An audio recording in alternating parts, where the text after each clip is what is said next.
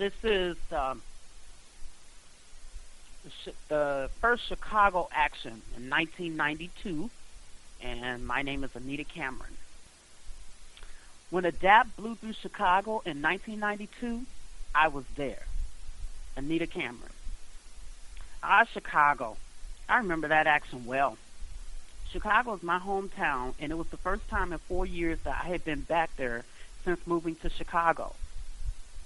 On Sunday, a Mother's Day action was planned, but ADAPT learned that Louis Sullivan, Secretary of Health and Human Services, was in town, and we certainly weren't going to snub the gift that the ADAPT gods had placed before us.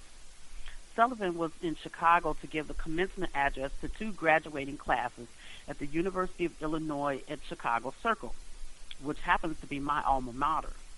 I was excited to be one of the 30 or so adapters who made it into the UIC pavilion. We went in undercover, which for us meant not showing our ADAPT t-shirts. The rest of us were outside leafleting the folks who were going in for the ceremonies. Once inside, we unfurled our huge banner that read, "State schools, nursing homes, hell no, we won't go." That banner hung across the stage for a while, maybe 20 minutes or more than I can remember. Of course, the majority of us got kicked out immediately, but a few, Bob Kafka, myself, and a couple of others, managed to stay inside, and when Sullivan began speaking, we began chanting and disrupting his speech.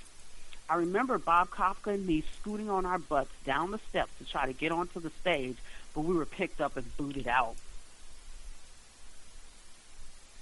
Later, when it came time for Sullivan to leave, it got tense because we were getting around the barricades that the police had set up. Every time the cops thought that they had security set up, there were adapters popping up around and behind their barricades. I thought Spitfire was a goner when she dove under one of those barricades, and between an officer's legs, that cop was so mad. Eventually, Sullivan had no choice but to dash through a courtyard to his limousine. It had to have been the longest dash of his life. The next day, we visited the regional offices of Health and Human Services. Our procession was over 2 blocks long. It was amazing to see. Once we got there, we were met with the ubiquitous, infamous police barricades. The office part of the building was shut down, but the mall part was open. Since we couldn't get into the office area of the building, we didn't allow anybody else to get in either. Finally, about 20 adapters got into the office area of the building and demanded a meeting with the regional director of Health and Human Services. Meanwhile, it was getting tense outside at the barricades, and we took a couple of street intersections. At last, the regional director met with ADAPT right in the street and heard from many of us why attendant services are so important and why we didn't want to be in nursing homes. After much go-around, she agreed to call Louis Sullivan to set up a meeting, but of course he refused, as he doesn't meet with militants and radicals.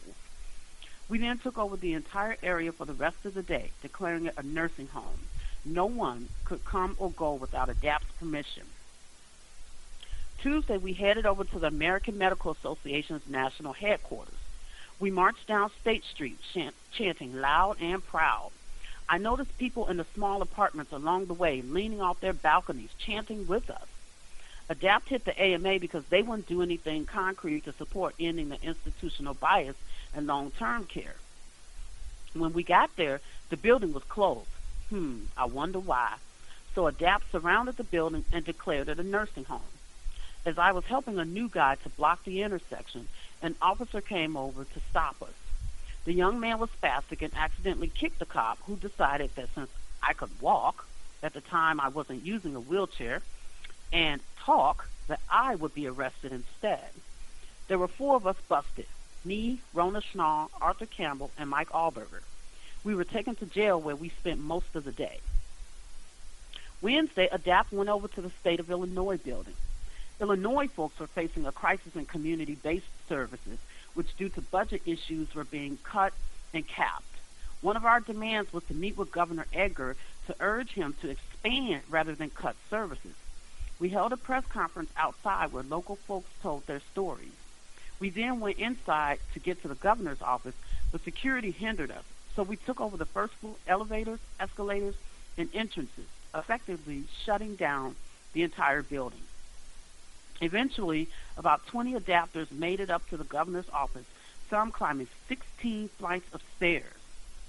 Though Governor Edgar was out of town, he definitely learned about what happened and felt the power of adapt.